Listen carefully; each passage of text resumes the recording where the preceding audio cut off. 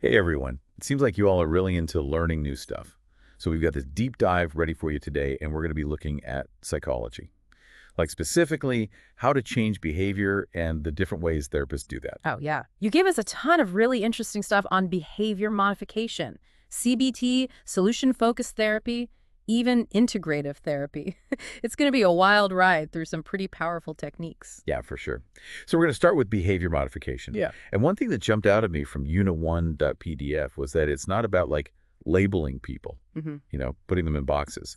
It's more about finding and changing specific behaviors. Right. It's a subtle thing, but important. Instead of saying you're an anxious person, it's more like, what are the things you do when you're anxious, and how can we work on changing those? Feels way more like you can actually do something, right? Like taking Mhm. charge instead of being stuck with a label.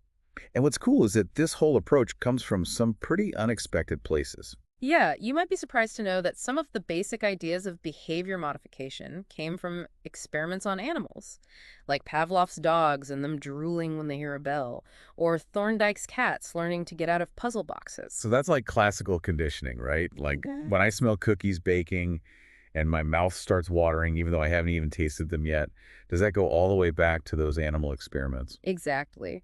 Those experiments showed us how our brains connect things that happen together. So after smelling cookies and tasting them over and over, our bodies just start getting ready for that yummy taste. Makes sense.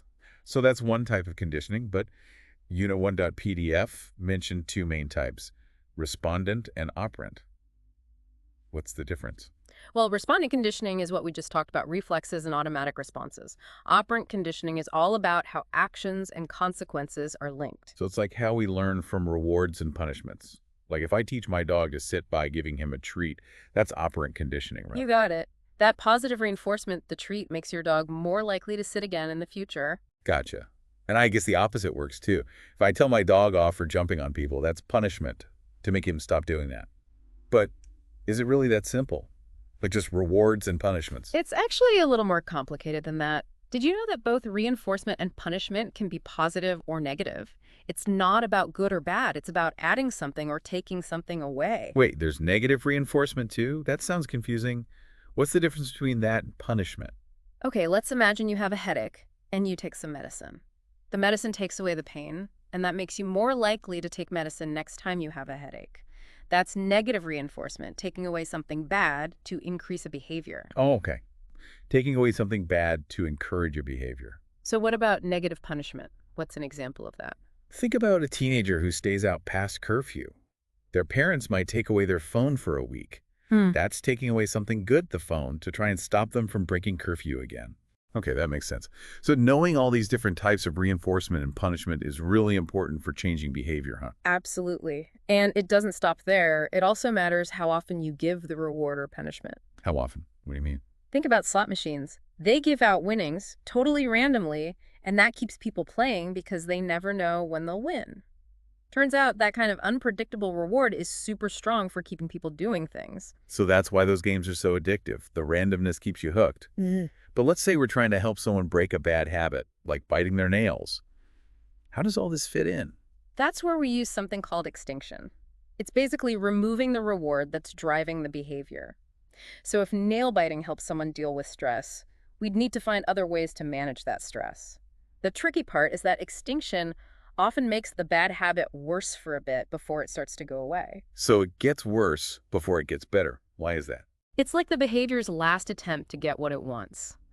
When the usual reward doesn't come, the behavior gets stronger. It's like saying, hey, pay attention to me, I need this. Wow, that's really interesting. Mm, Explains why breaking bad habits can be so tough. Are there other techniques besides extinction? What if someone's really struggling? definitely. Unit1.pdf talks about overcorrection, which is basically practicing the good behavior over and over. Hmm, So instead of biting their nails, they might practice keeping their hands clasped together for a certain time. It helps make the new behavior stronger and more automatic. sounds like a way to reprogram your brain, replacing the bad habit with a good one. Hmm. Are there any other techniques that use this idea of positive reinforcement? Absolutely. Token economies are a great example. They use a system of rewards like you might see in a classroom. Oh, that sounds interesting. What's a token economy?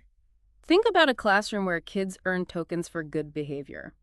Then they can trade those tokens in for prizes or privileges. It creates a structured way to encourage good behavior. So instead of focusing on punishing bad behavior, you're creating a system that rewards good behavior. Mm.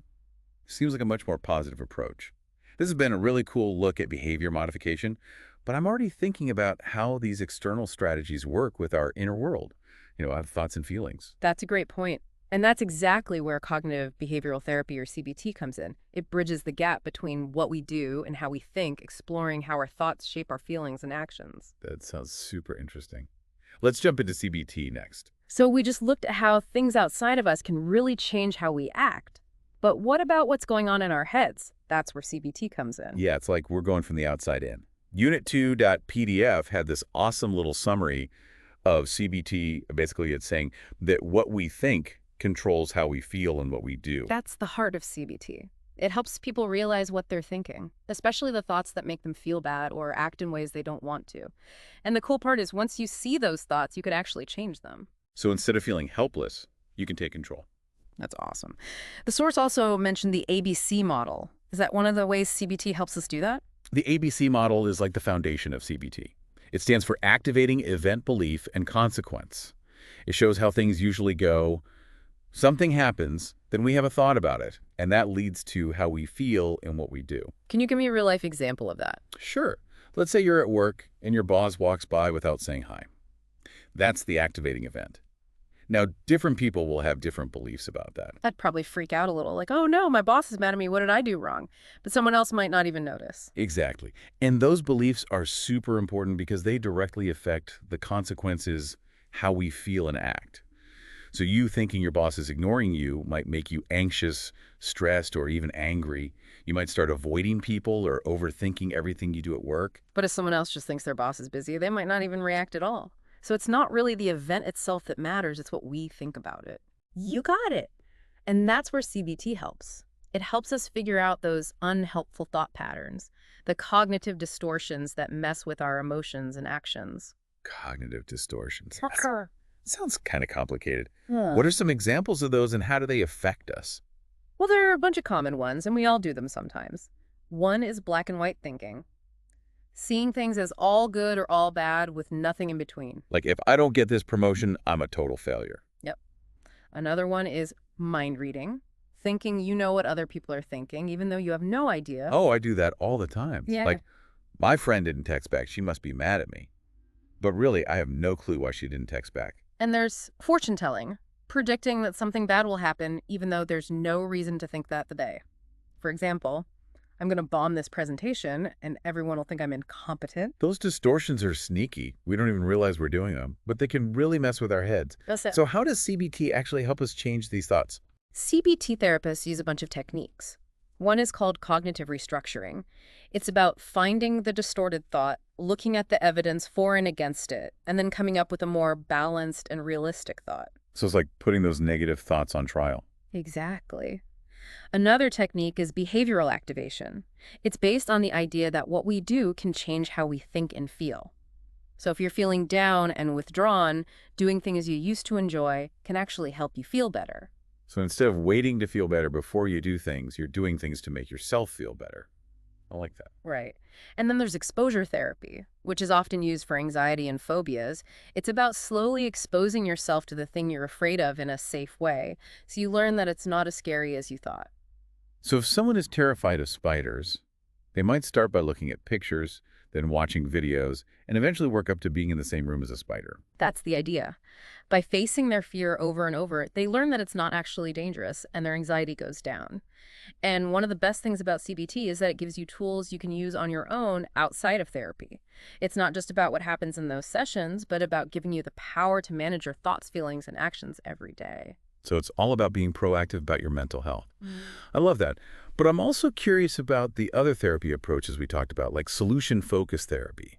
How is that different from CBT? Great question. CBT is all about finding and changing those negative thoughts that cause problems. Solution-focused therapy, or SFT, takes a completely different approach. It shifts the focus from problems to solutions, from what's wrong to what's working. So it's less about digging into the past and more about creating a better future.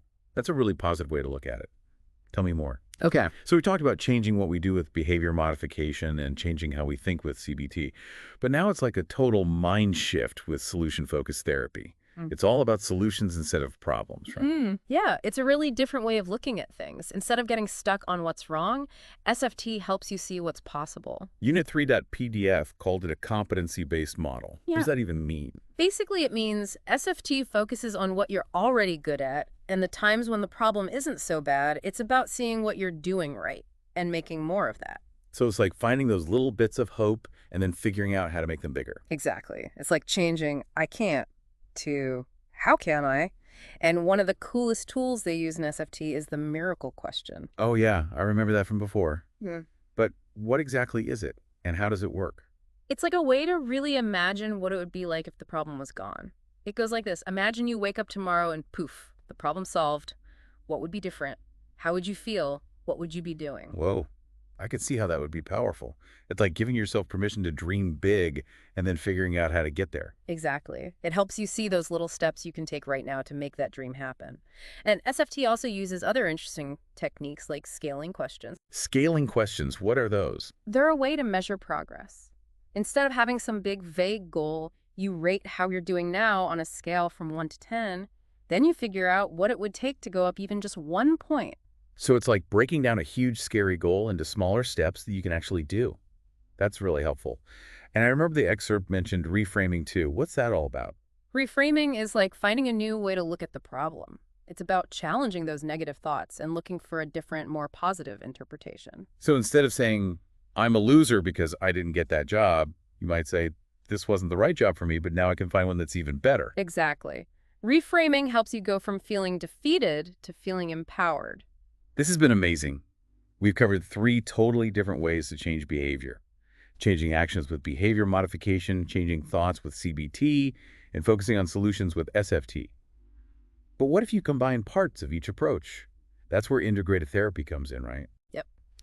Integrative therapy is all about understanding that there's no one perfect way to do therapy. It's about taking the best parts of different approaches and making a plan that fits each person. So it's like creating a personalized toolbox for each client. Exactly.